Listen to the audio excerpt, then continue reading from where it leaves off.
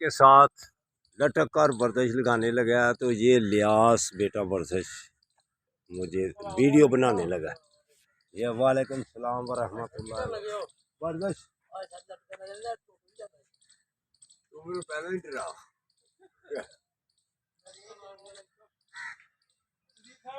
तो हाथ पाई बस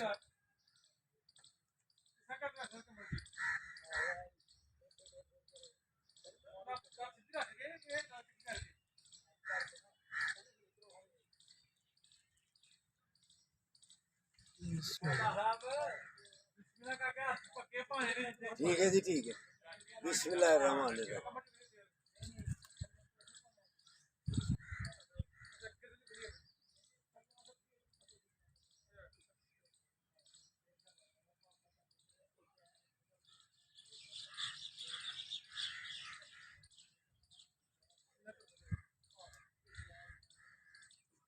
माशाल्लाह जी माशाल्लाह।